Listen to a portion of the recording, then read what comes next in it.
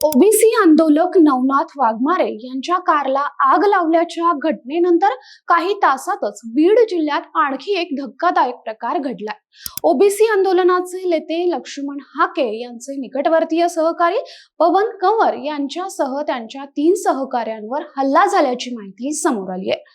OBC नेते प्राध्यापक लक्ष्मण हाके यांचे अतिशय विश्वासू समजले जाणारे पवन कंवर आणि त्यांच्या 3 साथीदारांवर तालुक्यातील सावरगाव जवळ जेवण करत असताना 40 ते 50 अज्ञातांनी प्राणघातक हल्ला केला। यात पवन कंवर हे गंभीर जखमी झालेत, तर त्यांचे साथीदार किरकोळ जखमी झाले असून त्यांच्यावर माजलगाव येथील खासगी रुग्णालयात उपचार सुरू आहेत।